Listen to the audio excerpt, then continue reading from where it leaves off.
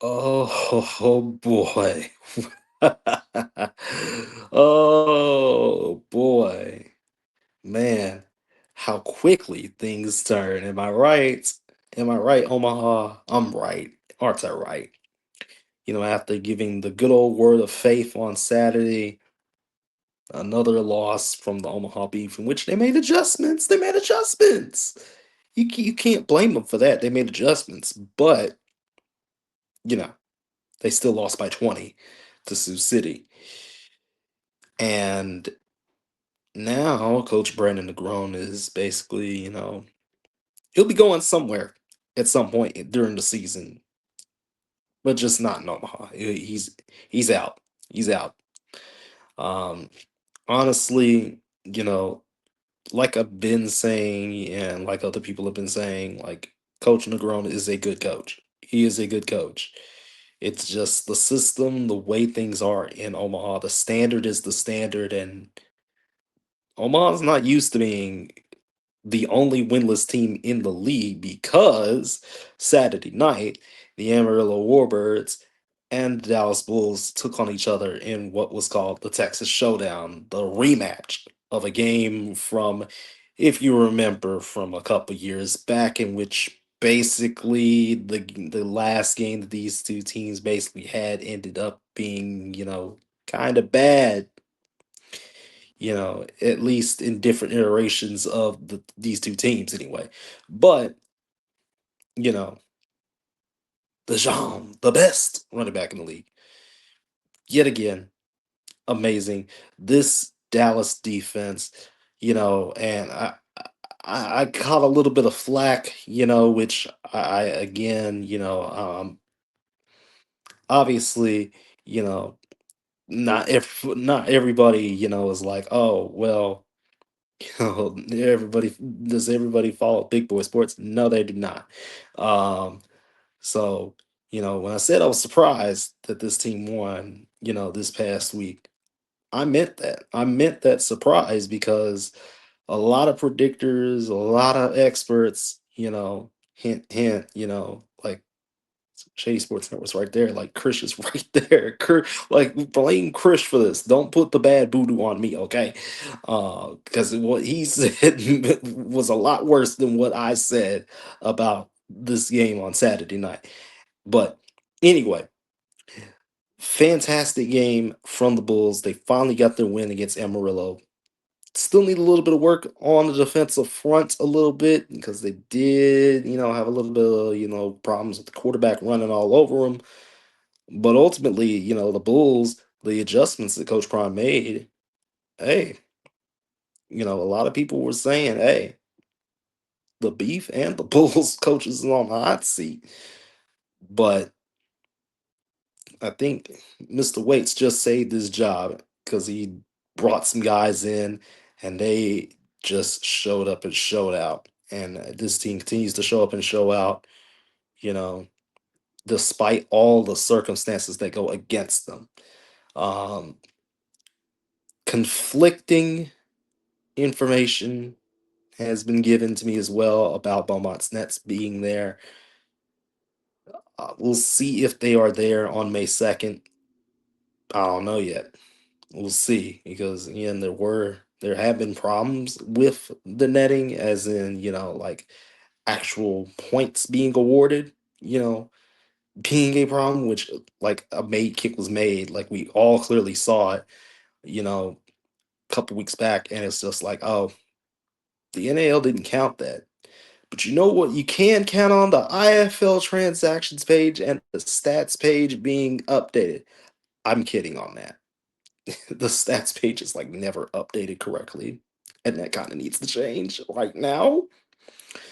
But yeah, anyway, Odessa's signing some guys. Justin Arth is on Columbus. Um, who else? James Blackman is back in the IFL. He will, I mean, it's been great. It's been great. Some great signings lately by pretty much everybody. The IAL is supposed to kick off. We'll see how that goes. But going back to the Dallas Bulls real quick before I forget. Don't know why the Dallas Prime decided to just say, you know what, let's launch our own league in Fair Park. Let's launch our league, which has the Texas Herd in it, who will be playing some arena games this year. But in any case, it was bizarre to say the least because there was like no, I didn't even notice this until like a couple days later that this was a thing that was happening. And it's like, you know, you seen the stream, y'all know Rainwater Entertainment. He does a lot of stuff with like, lower tier teams and stuff like that. So he had the footage, and there was like 20 people there. So that means 20 people paid $10 to see a game at 12 o'clock in the afternoon in Fair Park. Like 20, 30, 40, 50 people, you know. But it's all good. It's all good. You know what I'm saying? It's all good. This is some interesting stuff. There's some guys that that if you know them, and they do ball out, and you'll be seeing them at some point during the season in Odessa, who's signing some guys as well. Like I said, made another logo for some reason also. But it is what it is with that. So yeah, other than that, Solana beat Pueblo, and then Southwest Kansas beat Colorado. So both Colorado teams go down. Pueblo finishes, a great game against Salina, though, but I mean, it just ends up with an L instead of a W, which I mean, everybody in the NAL has a loss now, pretty much. Well, not everybody, but you get what I mean. You get what I mean. Everybody's going to probably lose at some point, unless it doesn't happen. The IFL, the Orlando Pirates debuted at home. Not a great crowd because it was Easter Sunday and a lot of other things are going on, but it was respectable enough, and we had a good game out of it. We had a good game out of it.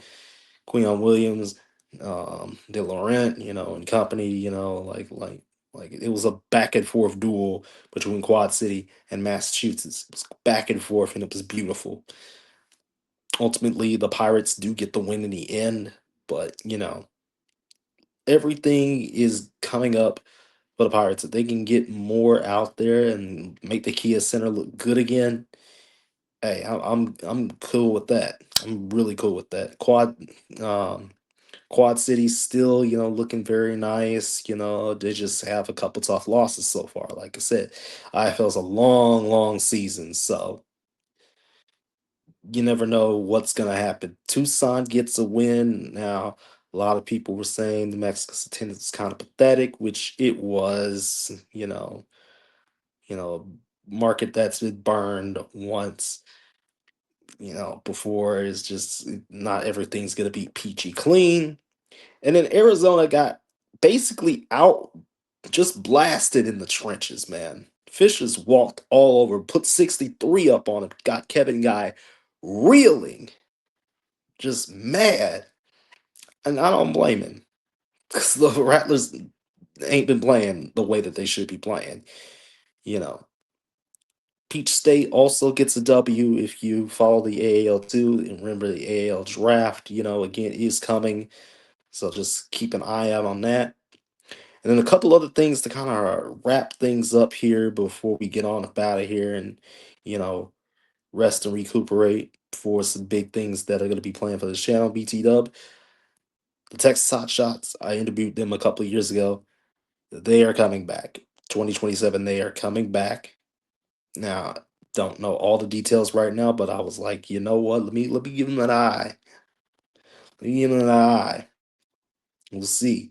We'll see how things continue to go with the Texas Hot Shots. Again, they played out in Rockwall. I was kind of close to Rockwall. I could never make it to a game, because like things just did not work out money wise for me to make it to a game. But now I think I could. I think I can make it for a little soccerplex ball. You know what I'm saying?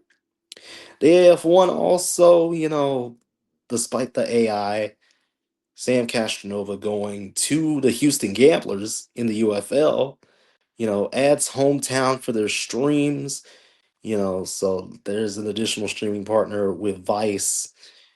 And basically, that sets up Colcomania, the Colcomania Bowl for Minnesota and Albany, um, which is the big matchup to start the season. Two recent champions opening up the AF1 season. And the X League apparently played some games.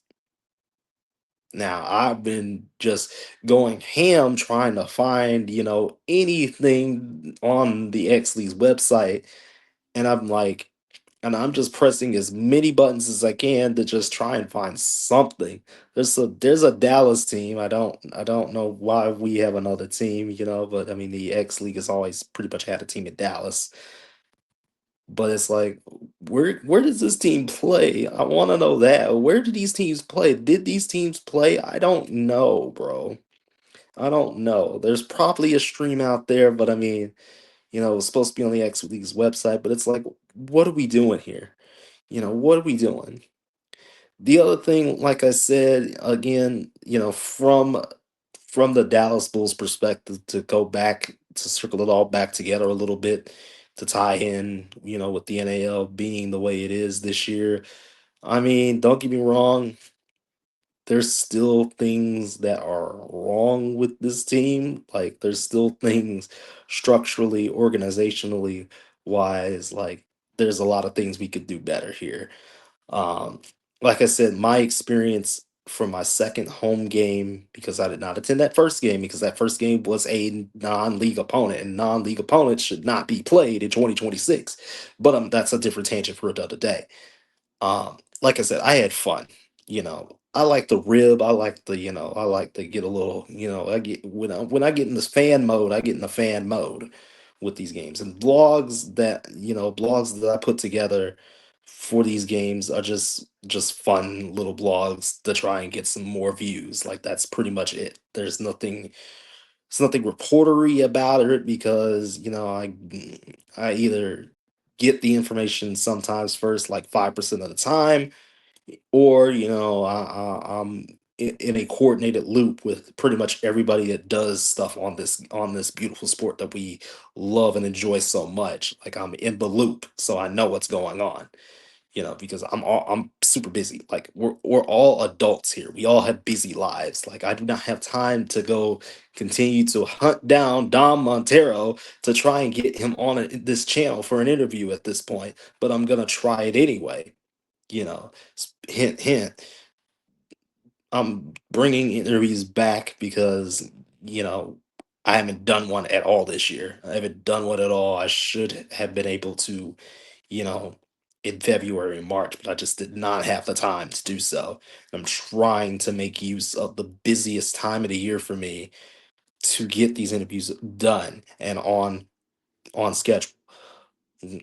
At least one Dallas Bull will be on this channel regardless. I will try my hardest. Whoever, which Bull it is, you know, you're coming. You're coming on this channel. And you're going to tell me your story. You're going to tell me everything, and you can lay it all on my face about how wrong I was about certain things, you know.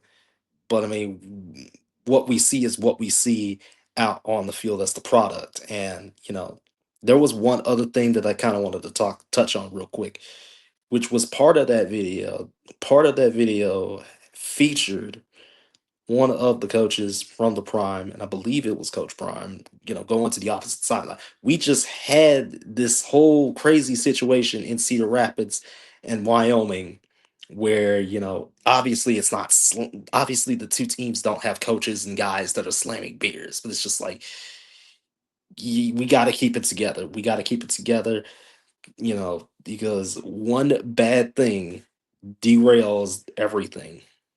And like I said, the NAL has been doing a lot better job this year, a lot better. Is the NAL network perfect? No. The Scripps partnership is good. It's actually makes sense. Somehow they got the best deal out of all of it, because overnight is dog water. Overnight is dog water. I need this. I need to rant about that real quick. Overnight is dog water. I why aren't all the IFL games on Yahoo? That's what I want to know. you know, that hunk Todd Tryon, don't get me wrong, I love the guy. And I want to get him on the show too at some point, but like not now. Don't get me wrong. I believe the IFL is pretty healthy there right now, but things can obviously change at any time. I just don't like overnight, and I don't think anybody does because like the streams for overnight have been kind of bad. We'll see how hometown even does things with the AF1, but like you know yes, there's been some inconsistencies with the NAL network too, but like the inconsistencies that I've been hearing of, aren't as bad like Dallas's streams. It's Fair Park. It's South Dallas, the hood. Like that arena won't even turn the scoreboard on. Like despite Dallas's best efforts, like can you turn the scoreboard on? Fair Park says no. And we still haven't had a proper working scoreboard. We have it in that arena, like there was even a different DJ Saturday night. So that's how like he and the DJ, had to get it corrected a couple times too on the score because he didn't because again, there's no score in the arena. But anyway, to sum things up, this week was actually pretty damn good. Pretty damn good week, all things considered, yes, the breaking news of Castronova, getting signed to the UFL, which like Albany has no quarterbacks now, basically. But like they'll be fine. They'll be fine. Actually, no, wait. I forgot. Jeff Fisher's talking some noise. He's talking some noise right now. On I think the AF1 fan zone right now. He's saying some noise. It's similar to what Tim Brown said about the TAL, like at some point, during the off season, about his expansion plans. Like these expansion plans not make any sense, but we're not going to talk about that right now. We're not going to talk about that anymore right now. I think we're pretty much done here, as far as this week in indoor football goes, because it was crazy. It was wild. It was perfect. It was peak. You know, Nothing crazy happened, like super, super crazy. And that's just what you want to have happen. And, I'm glad that we had a good week. I'm glad that the Dallas finally got out the basement and proved, pretty much everybody wrong. That's it for me. I'm out.